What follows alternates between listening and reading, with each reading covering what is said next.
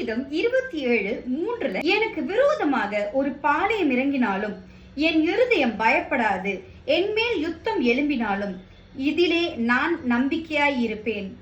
ஆமாங்க, தாவீதுக்கு விரோதமாய் அநேகர் எழும்பின போது, தாவீதுக்கு விரோதமாய் யுத்தங்கள் எழும்பின போது, தாவீது நம்பிக்கையோட கர்த்தர் மேல இருந்த உறுதியோட சொல்றாரு, எனக்கு விரோதமாய் யார் எழும்பினாலும் அவங்கள பார்த்து நான் பயப்பட மாட்டேன்.